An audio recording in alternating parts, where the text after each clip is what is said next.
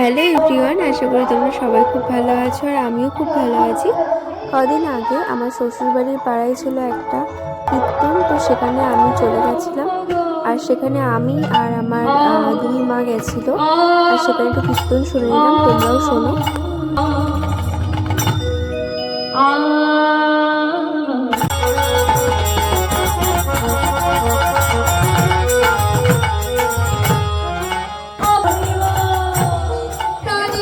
আশা করি তোমরা সবাই খুব ভালো আছো আর আমিও খুব ভালো আছি।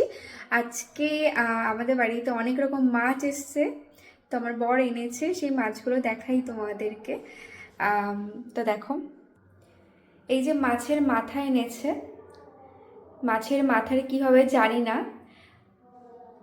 এই যে এনেছে চিংড়ি মাছ, এই দিকে দেখো পাবদা মাছ আছে, মাছের মাথা আছে এখানে এক্সট্রা, প্লাস কাতলা মাছ আছে। এত সুন্দর সেজেগুজে কি করছো এটা?